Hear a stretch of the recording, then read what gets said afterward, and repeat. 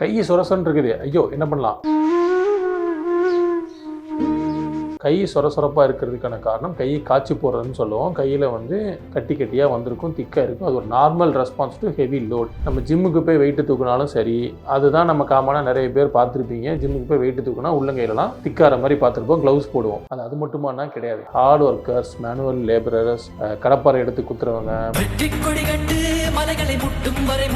மண்வெட்டி வச்சு தோன்றவங்க, இந்த மாதிரி வேலை செய்கிறவங்க, கஷ்டப்பட்டு உடல் உழைப்பை போடுறவங்க, கையில் பொருளை பிடிச்சி வேலை செய்கிறவங்க எல்லாத்துக்குமே கை காய்ச்சி போகும், உள்ளங்கை காய்ச்சிருக்கும். அது எங்கே லோடு விழுகுதோ அந்த இடத்துல வந்து ஸ்கின் திக்காக இருக்கும். அது ஒரு நார்மல் திக்கனிங் ரெஸ்பான்ஸ். அதை பார்த்து பயப்படுறதுக்கோ இல்லை அது வேணான்னு சொல்லி ஒதுக்குறதுக்கோ அசிங்கப்படுறதுக்கோ அதை பார்த்து ஒரு மாதிரி அருவருப்பு படுறதுக்கோ அவசியமே கிடையாது. அவங்களால க்ளவுஸ் போட முடிஞ்சால் போட்டிருந்தாங்கன்னா அது சரியாக போகும்.